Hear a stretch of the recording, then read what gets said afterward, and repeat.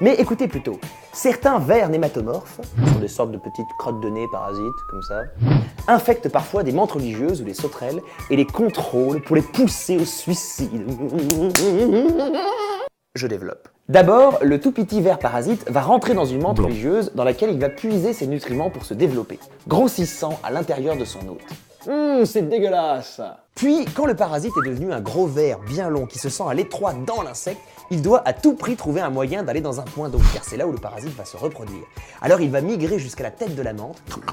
Là, en général, la menthe religieuse, elle est déjà plus très fraîche. Et une fois dans les centres nerveux, le parasite va piloter la menthe façon mégazord jusqu'à ce que la menthe zombie aille se noyer dans une rivière ou un étang. Plouf. Et une fois dans l'eau, le parasite va enfin pouvoir sortir. Ce merveilleux moment où le ver devenu gigantesque perfore la carapace de l'insecte. Mon passage préféré.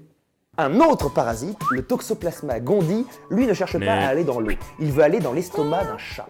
Pour cela, il va infecter un rat et en faire un zombie qui n'a plus du tout peur des chats. Au contraire, le rat devient irrépressiblement attiré par son prédateur et se fait donc très rapidement bouffer. Pas dégueu. Ce parasite infecte les rats et aussi les humains. Ce qui est inutile, car les chats ne mangent pas les humains. Enfin, je crois. Mais quand on sait qu'un humain sur 3 serait infecté par ce parasite, cela explique peut-être l'admiration béate et gogole que beaucoup d'humains ont pour les chats.